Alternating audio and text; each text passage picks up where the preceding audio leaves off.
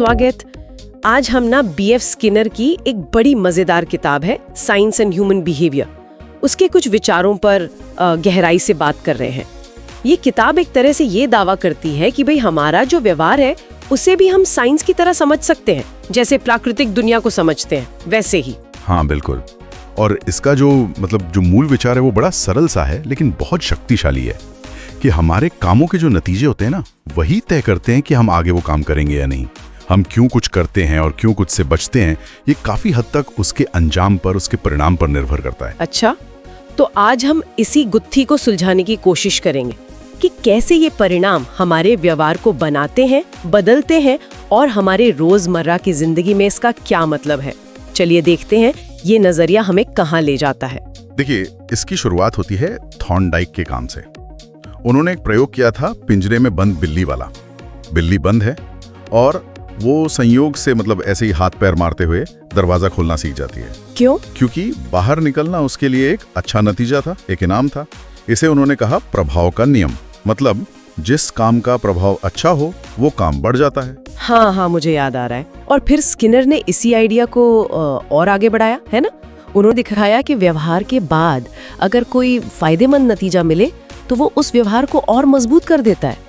वो कबूतर वाला प्रयोग उनका बड़ा मशहूर है। बिल्कुल, कि जब कबूतर एक खास ऊंचाई तक सिर उठाता था तो उसे दाना मिलता था। नतीजा वो वैसा और ज्यादा करने लगा। इसी को स्किनर ने कहा पुनर्बलन, यानी रीइंफोर्समेंट। ये सिर्फ सीखना या आदत कह देने से पूरी बात नहीं पता चलती। ये एक सीधी सी प्रक्रिया है। कोई व्यवहार किया, अच्छा नतीजा मिला जिसे हम पुनर्बलन करें, तो भविष्य में वैसा करने की संभावना बढ़ गई। सीधी सी बात। तो ये पुनर्बलन, ये क्या सिर्फ इनाम होता है, जैसे खाना मिलना या पैसे मिलना, तारीफ होना? नहीं, ये उससे कहीं ज्यादा है। पुनर्बलन कोई भी ऐसी चीज है, कोई भी घटना जो व्यवहार की फ्रीक्वेंसी आवृत्ति बढ़ा दे। ये सकारात्मक हो सकता है, जैसा आपने कहा कुछ अच्छा मिलना, खाना, पानी, पैसा, तारीफ, ये सब। लेकिन ये नकारात्मक भी हो सकता है। और नकारात्मक का मतलब सजा नहीं है यहाँ। अच्छा। नकारात्मक मतलब कोई बुरी चीज हट जाना। जैसे कोई तेज शोर हो रहा हो और आपने कुछ किया जिससे वो बंद हो गया, या कोई दर्द हो रहा था वो चला गया, या डांट पड़ रही थी वो बंद हो गई। मजे की बात यह है कि अच्छा मिलना और बुरा हटना दोनों ही उस व्यवहार को मजबूत करते हैं जिससे ये हुआ। अरे वाह, मतलब डांट का बंद होना भी एक तरह का इनाम हो गया जिसने उस व्यवहार को बढ़ाया जिससे डांट बंद हुई। ये तो सोचने वाली बात है। और ये कैसे पता चलेगा कि कोई चीज किसी के लिए पुनर्बलक है या नहीं? सबके लिए एक जैसा तो नहीं होगा। नहीं, बिल्कुल नहीं। इसका सीधा तरीका है, प्रयोग करके देखिए, टेस्ट करके देखिए। क्या उस चीज को देने या हटाने से वो व्यवहार ज्यादा बार हो रहा है? अगर जवाब हाँ है तो वो चीज उस व्यक्ति के लिए उस स्थिति में पुनर्बलक है। ये बहुत व्यक्तिगत हो सकता है। और आपने पहले कहा था कि कुछ पुनर्बलक जैसे पैसा या लोगों का ध्यान, ये ज्यादा असरदार होते हैं। हाँ, उन्हें सामान्यीकृत पुनर्बलक कहते हैं। देखिए, भोजन, पानी, ये सब तो प्राथमिक हैं, हमारी बायोलॉजिकल जरूरतें हैं। लेकिन पैसा, ध्यान, मंजूरी, स्नेह, ये इसलिए इतने शक्तिशाली हैं क्योंकि ये कई अलग अलग प्राथमिक जरूरतों से जुड़े होते हैं।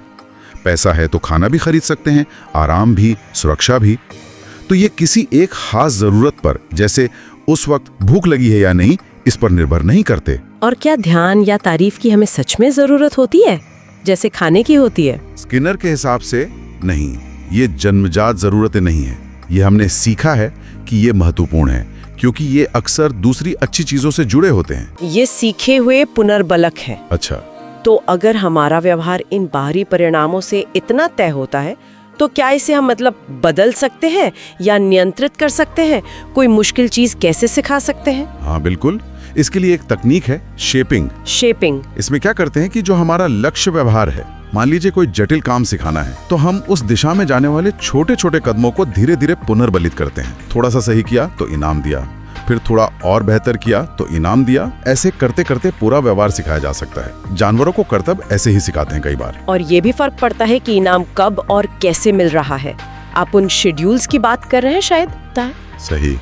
लेकिन एक होता है परिवर्तनीय अनुपात, वेरिएबल रेशियो, और ये बहुत शक्तिशाली है। जैसे स्लॉट मशीन या जुआ। ओह, आपको पता नहीं होता कि अगली बार इनाम कब मिलेगा। हो सकता है अगली बार मिल जाए या शायद 100 बार बाद भी ना मिले।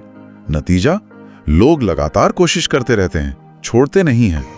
ये अनिश्चितता ही व्यवहार को बनाए रखती है, भले ही कुल मिलाकर नुकसान हो रहा हो। जुआरी इसी का शिकार होता है। ये तो बड़ा खतरनाक है। और शायद हमारे फोन नोटिफिकेशन चेक करने की आदत भी कुछ ऐसी ही है। पता नहीं कब कोई जरूरी मैसेज या लाइक आएगा। बिल्कुल हो सकता है। ये पैटर्न कई जगह दिखता है। और वो जो कुछ लोग अजीब सी हरकतें करते हैं, मतलब अंधविश्वासी व्यवहार, जैसे परीक्षा में कोई खास पेन ही इस्तेमाल करना, इसका क्या कनेक्शन है? हाँ, ये भी दिलचस्प है। स्किनर ने दिखाया कि इसका भी संबंध पुनर्बलन से हो सकता है, भले ही वो संयोगवश हो। उन्होंने एक प्रयोग किया था जिसमें कबूतरों को हर 15 सेकंड में दाना मिलता था, चाहे वो कुछ भी कर रहे हो। तो हुआ ये कि दाना मिलने से ठीक पहले कबूतर संयोग से जो भी हरकत कर रहा था, मान लीजिए गोल घूम रहा था, तो उसे लगने लगा कि गोल घूमने से दाना मिलता है, तो वो गोल घूमने लगा बार बार। ये संयोगवश पुनर्बलन है जो अंधविश्वासी व्यवहार पैदा कर सकता है। अच्छा, मतलब असल में पेन का परीक्षा से कोई लेना देना नहीं है, पर कभी शायद उस पेन से लिखते हुए अच्छे नंबर आ गए होंगे तो वो जुड़ गया। हाँ, संभव है। व्यवहार और नतीजे के बीच असल में कोई कारण कार्य संबंध नहीं है, पर संयोग से जुड़ गया और मजबूत हो गया। तो इसका मतलब जब हम कहते हैं कि कोई अपना चश्मा ढूंढ रहा है, तो स्किनर के हिसाब से इसका मतलब ये नहीं कि उसके दिमाग में कोई चश्मे का इरादा है। उनके नजरिए से चश्मा ढूंढना असल में उन सब हरकतों का समूह है जो उस व्यक्ति ने अतीत में की हैं और जिनसे उसे चश्मा मिला है। जैसे मेज पर देखना, जेब टटोलना, बैग में देखना, ये बाहरी व्यवहार हैं जिनका इतिहास में पुनर्बलन हुआ है। वो अंदरूनी इरादे या लक्ष्य जैसी चीजों पर जोर नहीं देते। ये तो व्यवहार को देखने का बिल्कुल अलग तरीका है। लेकिन समाज में तो हम अक्सर सजा या पनिशमेंट का इस्तेमाल करते हैं व्यवहार बदलने के लिए। उसके बारे में स्किनर क्या कहते थे? स्किनर सजा के सख्त खिलाफ थे। वो मानते थे कि सजा व्यवहार को असल में खत्म नहीं करती, सिर्फ कुछ समय के लिए दबा देती है, सप्रेस कर देती है। और इसके बहुत सारे बुरे साइड इफेक्ट्स होते हैं। डर पैदा होता है, चिंता होती है, गुस्सा आता है। लोग सजा से बचने के तरीके ढूंढने लगते हैं, झूठ बोलना सीखते हैं या फिर विद्रोह करते हैं। तो फिर ये सिखाता नहीं कि करना क्या चाहिए? बिल्कुल। सजा सिर्फ ये बताती है कि क्या नहीं करना है, वो भी सिर्फ तब तक जब तक सजा का डर है।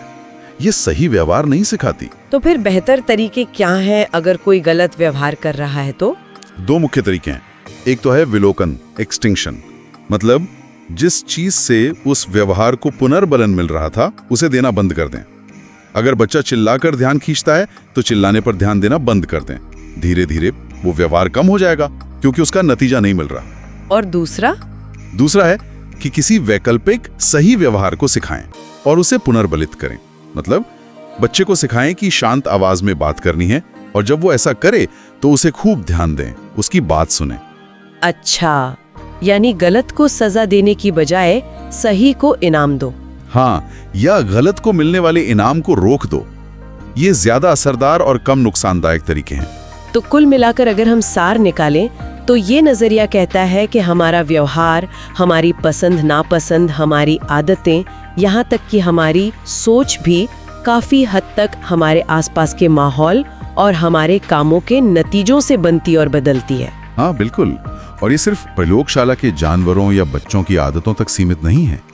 ये सिद्धांत इंसानी व्यवहार के जटिल पहलुओं पर भी लागू होते हैं, जैसे आत्मनियंत्रण, हम कैसे सीखते हैं, समाज में कैसे रहते हैं, और यहाँ तक कि बड़े-बड़े संस्थान, सरकार, धर्म, शिक्षा, अर्थव्यवस्था कैसे हमारे व्यवहार को नियंत्रित करते हैं।